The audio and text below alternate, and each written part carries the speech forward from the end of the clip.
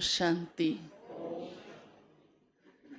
प्यारे बाबा, हम बच्चों को खुदाई खिदमतगार देखना चाहते हैं, अर्थात खुदा की सेवा में उपस्थित। अब वो कौन से बच्चे हो सकते हैं? तो प्यारे बाबा ने आज कहा है कि जो मेरे कार्य में सहयोगी बनते हैं, अर्थात सबसे पहला काम मैं कौन सा आकर करता हूँ? इस सृष्टि को पावन बनाने का। क्योंकि बाबा को मालूम है कि जब तक पावन नहीं बनेंगे तो सुख और शांति नहीं आ सकती। दुख शांति का कारण तो आप सभी भी जानते ही हैं। आजकल घर घर में कलह क्लेश क्यों है? तो बाबा हम बच्चों को, इस सारी दुनिया को पावन बनाता है। तभी सतयुगी नई दुनिया, पवित्र दुनिया आती है। तो जो बच्चे बाबा कहते हैं स्वयं पावन बनते हैं और साथ ही औरों को भी पावन बनाने की सेवा करते हैं, ये है भगवान का साथ देना, सहयोग देना। क्योंकि उसकी सबसे पहली आज्ञा यही है। बाबा सबसे पहले आकर के हमको यही बात कहता है कि बच्चे पवित्र बनो, योगी बनो। तो जो ये कार्य करते हैं, चिंता करते हैं, हाँ, फुरना रखते हैं, जो भी कहो, हिम्मत रखते हैं कि हाँ मुझे पवित्र जरूर बनना है, और इससे ऊंचा कोई और कर्म नहीं है। सबसे श्रेष्ठ, सबसे पवित्र, सबसे ऊंचा वास्तव में यही जीवन है, यही कर्म है। पवित्र बनना, पवित्र बनाना। पहले तो स्वयं ही पवित्र बनना। तो ऐसे बच्चे बाबा ने कहा मेरे खुदाई खिदमतगार बच्चे हैं।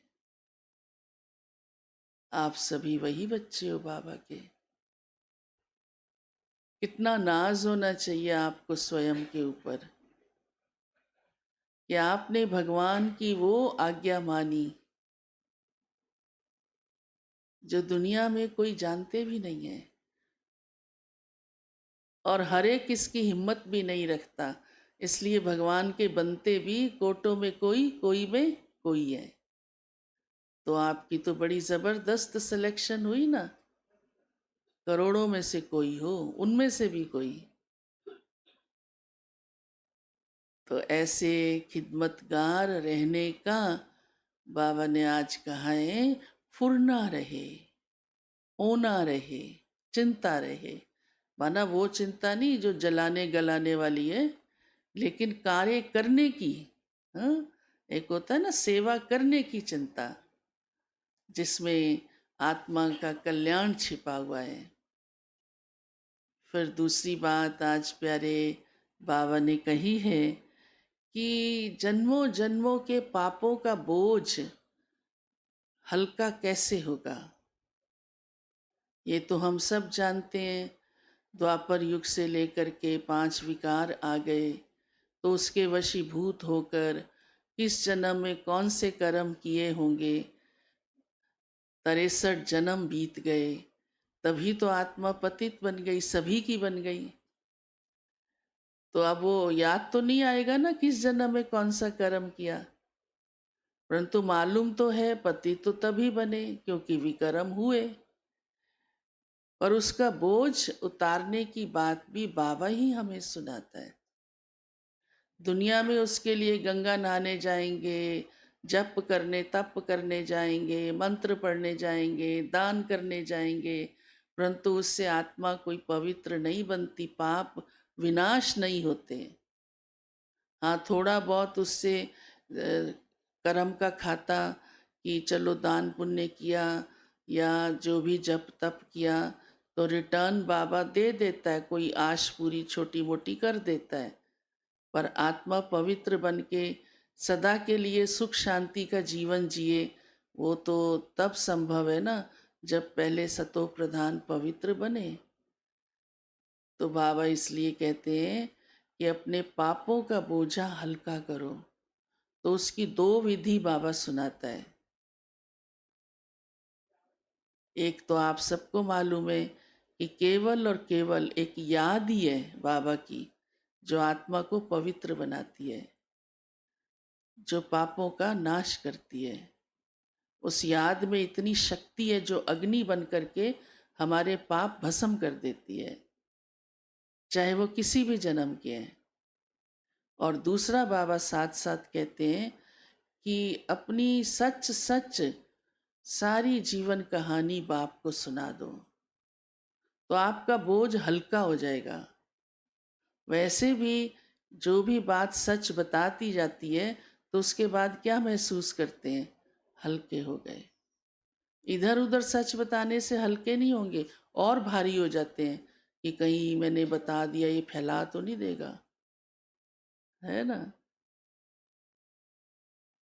लेकिन बाबा को सुनाने से, हाँ, या निमित्त को सुनाने से बोझ हल्का हो जाता है।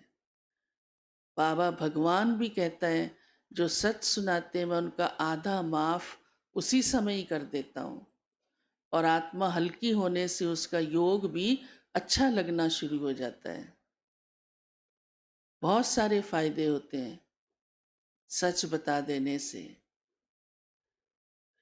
पहले तो अक्सर जो भी कोई आता था उसको सबसे पहले कहा जाता था, अपनी जीवन कहानी लिख कर दो, ताकि उसके मन से वो बोझ, उतर जाए। कोई भी पाप का मन में बोझ तो रहता ही है ना, तो योग भी फिर बहुत अच्छा लगता है। जैसे लौकिक संसार में भी माना जाता है, जो अपराधी सच सुनाता है उसकी सजा कम कर दी जाती है। माँ बाप भी जो बच्चा सच बताता है उसको 4 थप्पड़ नहीं, 1 थप्पड़ से ही समझा देते हैं, फिर नहीं करना ये गलती। होता है ना ऐसे।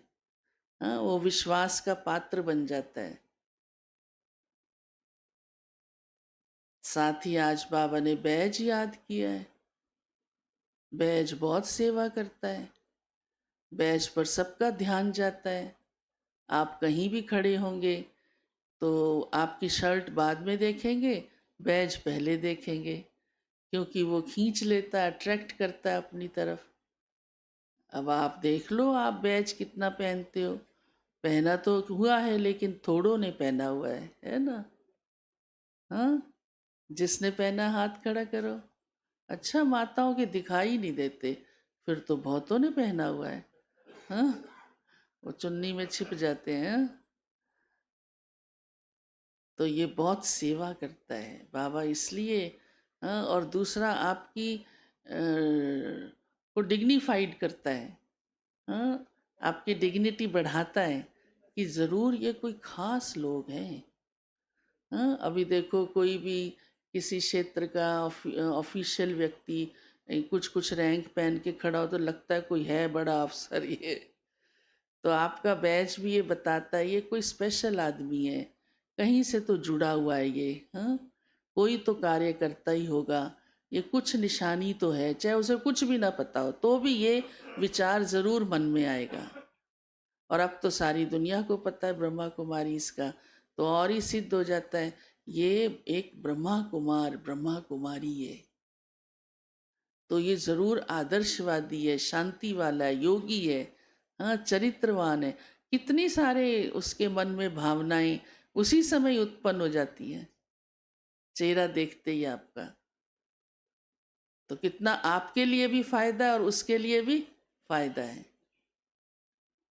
साथ ही बाबा ने कहा, मुरली सुनो, पढ़ो, पढ़ाओ भी। ये बात तो कई बार कही गई है कि आप हर एक अपने घर के अंदर मुरली पढ़ाओ। ये बाबा का डायरेक्शन है।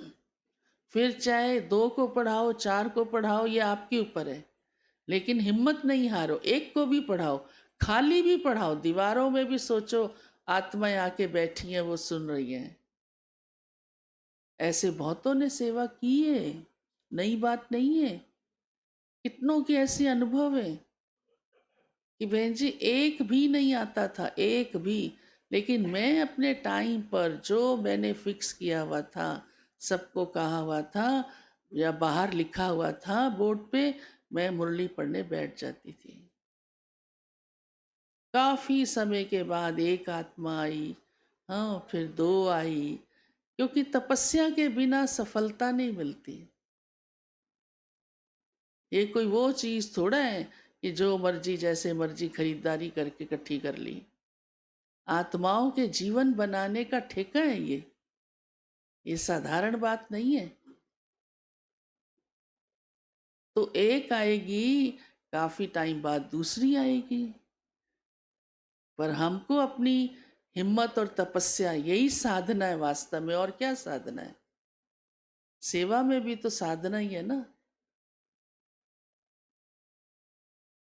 तो बाबा ये भी हम बच्चों को कहते हैं, पढ़ो मुरली और सबको सुनाओ भी सही।